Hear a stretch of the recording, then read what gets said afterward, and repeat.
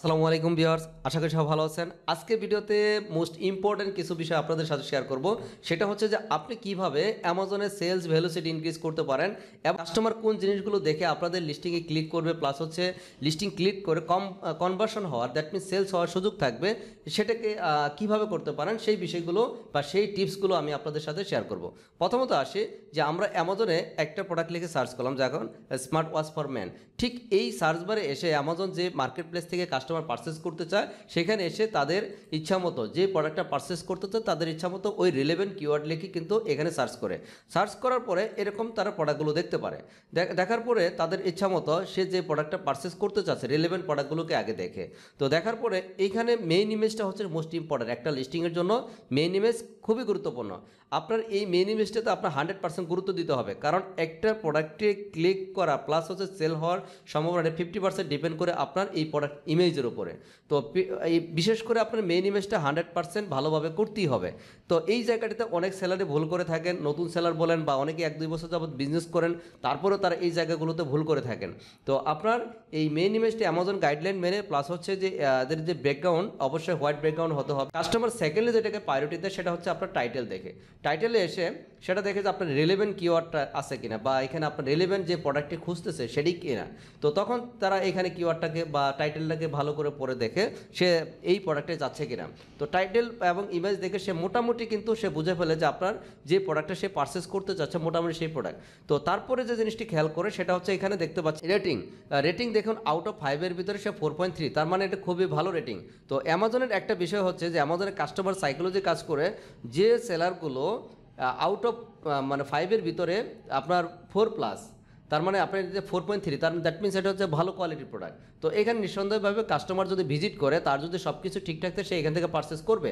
তো যখন আপনার 4-এর নিচে কোনো প্রোডাক্টের রেটিং চলে যায়, তো সাপোজ হচ্ছে আপনার 3.50, তখন এইগুলোর ক্ষেত্রে তারা একটু নেগেটিভলি একটু দেখে, তখন এখানে সেলস ভ্যালুসিটি অনেক কমে যায়।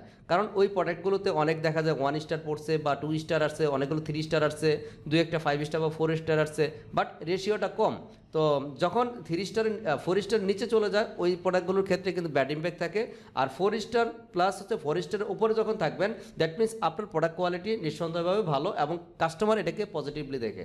তো এই জায়গাতে এই রেটিংটা আমাদের মোস্ট ইম্পর্টেন্ট। তো আপনি যখন কোনো আপনার প্রোডাক্ট সিলেকশন করবেন, তো প্রথম কাজ হচ্ছে আপনাদের প্রোডাক্ট রিসার্চ করে যখন আপনি প্রোডাক্টটাকে সোর্সিং করবেন, সেই ক্ষেত্রে সাপ্লায়ারকে 100% মেকশিওর করতে বলবেন কোয়ালিটিফুল প্রোডাক্ট। তো এই জায়গাটিতে আপনার যদি ছাড় দেন তাহলে কিন্তু আপনার বিজনেস বেশি দূর নিতে পারবেন না, কারণ আপনার প্রয়োজনে আপনার প্রফিট কম করবেন, বাট কোয়ালিটিফুল প্রোডাক্ট নিতে হবে।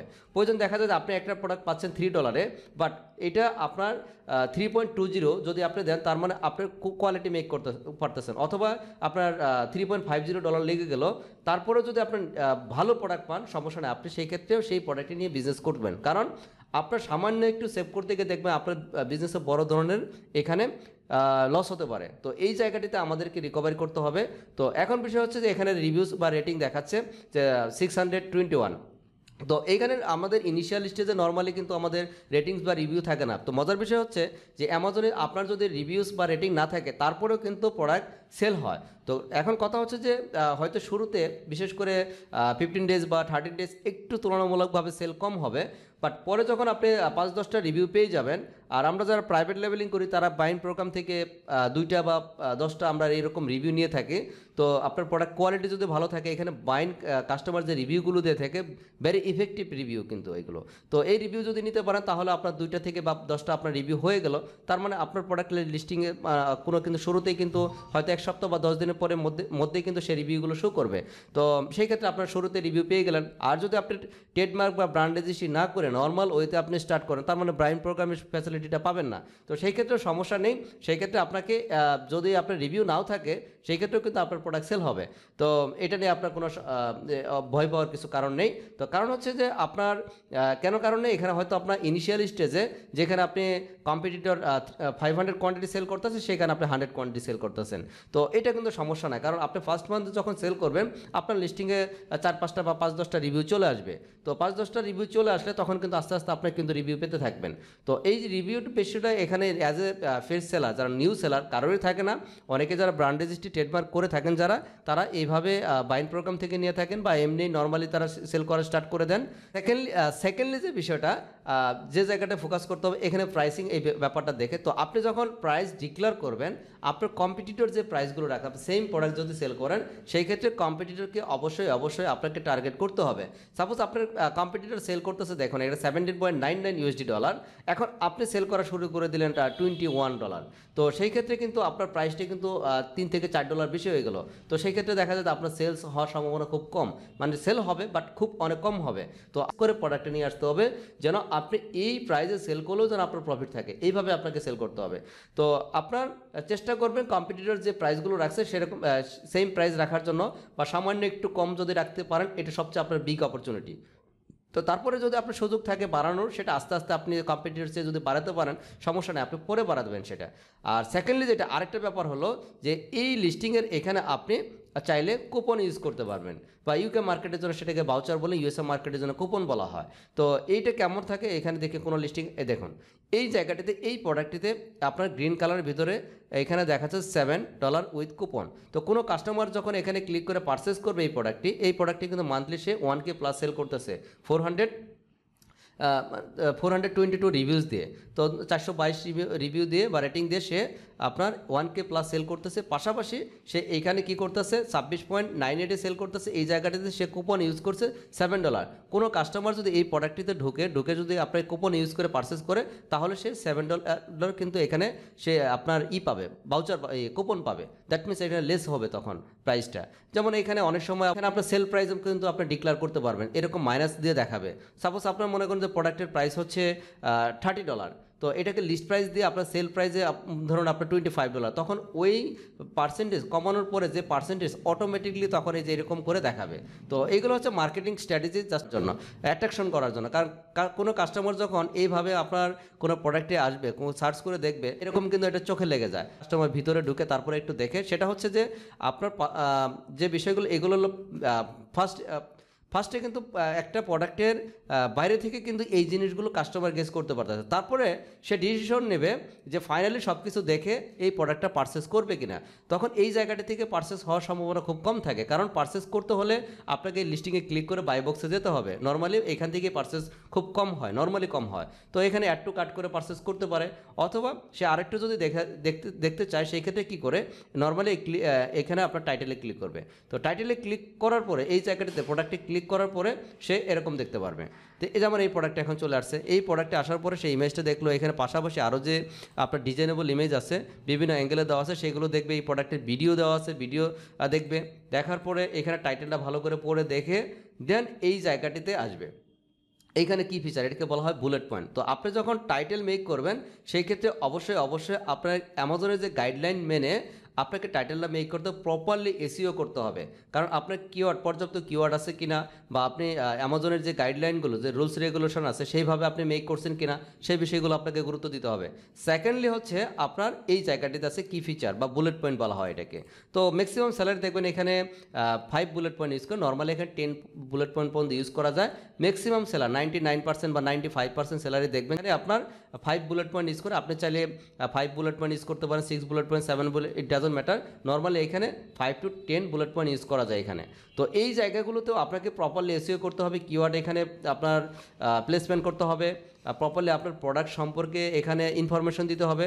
ফাইনালি নিচের দিকে আসে যখন এইখানে টেকনিক্যাল কিছু ডিটেলস আছে সেটা দেখার পরে এই প্রোডাক্টের যেমন আপনার যদি আমরা দেখি যে এই প্রোডাক্টের দেখুন কত সুন্দর সে ব্র্যান্ডেবল ইমেজ ইউজ করছে। তো এটা কিন্তু নর্মালি আপনার যারা অ্যামাজনে ব্র্যান্ড রেজিস্ট্রি না, উইদাউট ট্রেডমার্ক না, তারা কিন্তু এই জায়গাটিতে আপনারা A+ কন্টেন্ট দিতে পারো। এটাকে বলা ইবিসি অথবা A+ কন্টেন্ট।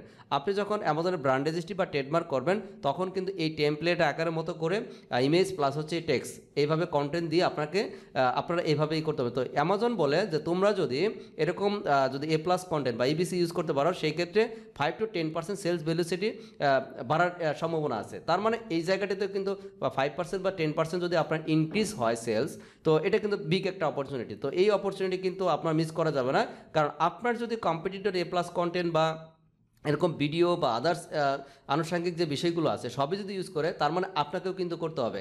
কারণ তার মানে আপনি যদি এগুলো ইউজ না করেন, আপনার কম্পিটিটর যে বিষয়গুলো প্রতি ফোকাস করছে, আপনি যদি এগুলো না করেন, তার মানে আপনার কম্পিটিটর থেকে কিন্তু আপনি অনেক পিছিয়ে যাবেন।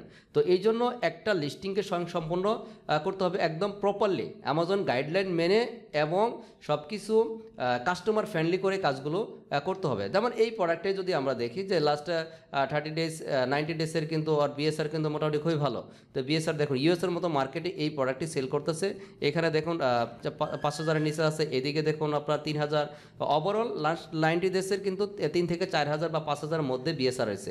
ইউএসএ মার্কেটে বিএসআর যদি 3 থেকে 4,000 হয়, তার মানে তো কী পরিমাণ সেল পাচ্ছে সেটা বুঝতেই আছেন। তো এই লিস্টিংয়ের আমরা যদি রিভিউজ বেশি, হয়তো আপনারা বলতে পারেন যে রিভিউজ বেশি, আমরা তো কম রিভিউসের প্রোডাক্টও দেখছিলাম, তাই না? তো আমরা তো ওইখান থেকে দেখি যে ওই প্রোডাক্টগুলো কিন্তু ভালো সেল হচ্ছে।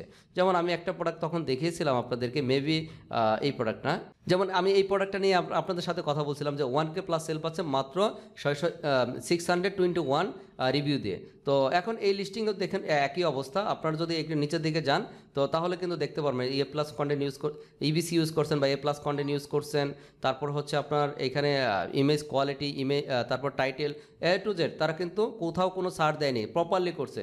তো এখন এখানে কিন্তু সেলসগুলো আমরা দেখতে পাচ্ছি। এটা হচ্ছে মূলত হয়তো কোশ্চেন করতে পারেন অনেকে, এটা হচ্ছে হিলিয়াম 10 থেকে আমাদের এই ডাটাগুলো শো করাইতেছে। আমরা হিলিয়াম 10 থেকে এই ডাটাগুলো দেখতে পাচ্ছি।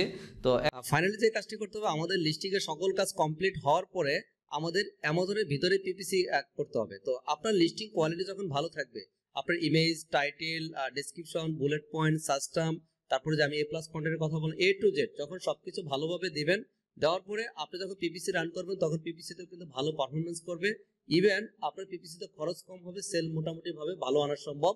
কারণ যতক্ষণ না পর্যন্ত আপনি প্রপারলি আপনার লিস্টিংটা একটু অপটিমাইজেশন না করবেন, ততক্ষণ না পর্যন্ত আপনি কিন্তু ভালো আউটপুট পাবেন না। ইভেন আপনার অর্গানিক র্যাঙ্কের ক্ষেত্রেও কিন্তু ভালো কাজে দেবে যে আপনি যখন প্রপারলি এসইও করবেন আপনার প্রোডাক্ট লিস্টিংটা। তো এই জন্য আপনাদের লিস্টিং এসইও করা খুবই জরুরি। এবং এই এসইও করার পর যখন পিপিসি করেন, পিপিসিতে ভালো রেজাল্ট আসবে। ইভেন আপনি অর্গানিক্যালি আপনার অনেক সেল পাবেন। তো এইভাবে কিন্তু আপনার সেলস ভেলোসিটি ইনক্রিজ করা পসিবল। এই স্ট্র্যাটেজিগুলো যদি আপনারা প্রপারলি মেনটেন করেন, আমি এই প্রপারলি আপনি এই স্ট্র্যাটেজিগুলো যদি আপনারা প্রপারলি মেনটেন করতে পারেন, আশা করি আপনার সেলস ভেলোসিটি অবশ্যই বাড়বে ইনশাআল্লাহ। আছে। তো এখন আরেকটা বিষয় হচ্ছে যে আপনারা এই জিনিসগুলো এখন কিভাবে কাজ করবেন, এই ইনফরমেশনগুলো আপনারা কিভাবে দিতে পারেন, এটা হলো মেইন কোশ্চেন। তো এখন আপনি যদি প্রফেশনাল একজন গ্রাফিক ডিজাইনার হয়ে থাকেন, তাহলে কিন্তু আপনি এই ডিজাইনেবল ইমেজগুলো করতে পারবেন, না হলে বা এই এ প্লাস কন্টেন্টগুলো করতে পারবেন। আর যদি না হয়ে থাকে, নর্মালি সাপ্লাইয়ের যে ইমেজগুলো দেয় এতটা কোয়ালিটিফুল ইমেজ থাকে না, এগুলো কাজ করায় নিতে হয়। তো এইগুলো আপনি চাইলে আপওয়ার্ক, ফাইবার থেকে আপনি কোনো ডিজাইনারকে হায়ার করে কাজগুলো করতে পারেন। তো আমার জানা মতে এই জায়গাতে অনেক এক্সপেন্সিভ, কোনো আপওয়ার্ক বা ফাইবার থেকে যদি আপনি হায়ার করেন, আপনি চাইলে অ্যানালাইসিস করে দেখতে পারেন যে তাদের ডিমান্ড কেমন। ফাইনালি হচ্ছে যে আমরা কিন্তু এই সার্ভিসগুলো প্রোভাইড করে থাকি। তো আপনারা যদি এখানে আসেন, আমার নাম হচ্ছে বিপুল হোসেন, তো অলরেডি আপনারা জানেন। আমার ওয়েবসাইটে এসে যদি দেখেন, তো আমরা training plus Amazon training plus service provide করে থাকি। যদি ট্রেনিং সম্পর্কে জানতে চান, অ্যামাজন এফবিএ এসে আমার এখানে ট্রেনিং প্রোগ্রাম সম্পর্কে course curriculum, course price, A to Z এখানে সব কিছুই আপনারা দেখতে পারবেন। তো তারপর হচ্ছে যদি সার্ভিস দেখতে চান, আমরা অ্যামাজনের এ টু জেড সব সার্ভিস দিয়ে থাকি। আপনার কোম্পানি ক্রিয়েশন থেকে শুরু করে এলএলসি, ব্র্যান্ড রেজিস্ট্রি, ট্রেডমার্ক, তো এ টু জেড আপনার একটা প্রোডাক্ট লিস্টিং বা আপনার প্রোডাক্ট সোর্সিং থেকে শুরু করে A plus content, designable image, logo design, A to Z আমরা এই সার্ভিসগুলো দিয়ে থাকি। যদি আপনাদের মনে হয় যে সার্ভিসগুলো আমাদের কাছ থেকে নিতে চান, সেই ক্ষেত্রে চাইলে কন্ট্যাক্ট করতে পারেন। আর যদি মনে হয় যে না, আপনারা আপওয়ার্ক, ফাইবার থেকে দেখতে চান, এই কাজগুলো করে নিতে চান, সেই ক্ষেত্রে সেখান থেকেও করতে পারেন। আপনাদের যদি কোনো সার্ভিস লাগে Amazon related A to Z যে কোনো সার্ভিস, সেই ক্ষেত্রে চাইলে আমাদের সাথে কন্ট্যাক্ট করতে পারেন। সবাই ভালো থাকবেন, নেক্সট ভিডিওতে দেখা হবে। আসসালামু আলাইকুম।